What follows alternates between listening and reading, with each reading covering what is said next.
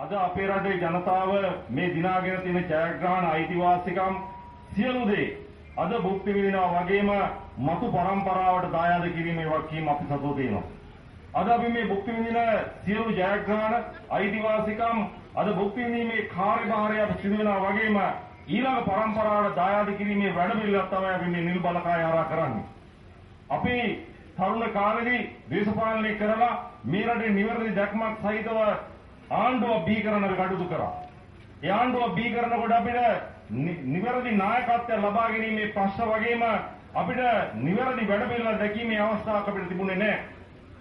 නමුත් අපිට 2005න් පස්සේ බී වෙච්ච නායකත්වය යටතේ අද මහින්ද රාජපක්ෂ ජනාධිපතිතුමා මේ ගෙනියන වැඩපිළිවෙල බොහොම ශක්තිමත්ව ගෙනියන වැඩපිළිවෙල ඊළඟ පරම්පරාවට දායාද කිරීමේ වැඩසටහන අපි මුහුණ දීලා තියෙන්නේ.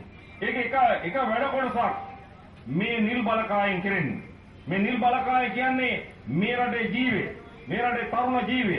එනිසා ඒ තරුණ ජීවය සමග බද්ධ වෙච්ච ඒ තරුණ ජීවය සමග ඉදිරියට ගමන් කරන වැඩපිළිවෙල නායකත්වය දෙන්න නාමල් රාජපක්ෂ මහත්මයා ගත්තා ගෙනියන මේ වැඩපිළිවෙලට අපේ සුභාසිංසනේ ඒ වගේම අපේ සහයෝගයේ ශක්තිය අපි පිරිනමන්න ඕන.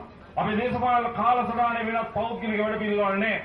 මේ ඇමතිකම් මන්ත්‍රීකම් නැති වුණත් මහින්ද රාජපක්ෂ ජනාධිපතිතුමා මේ රටේ ඊළඟට ජනාධිපති වෙන්න ඕනේ කියන මතවාදය අපි කටයුතු කරන්නේ.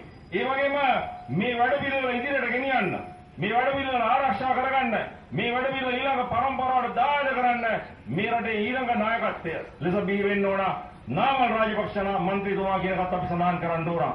හින්දා මේ පොළොවට මේ බුලත්සිංහල පොළොවට අපේ ජනාධිපතිතුමා අපි ගෙනාවේ මේ ජනාධිපතිකම් අගමැතිකම් දරන කාලේ නෙවෙයි.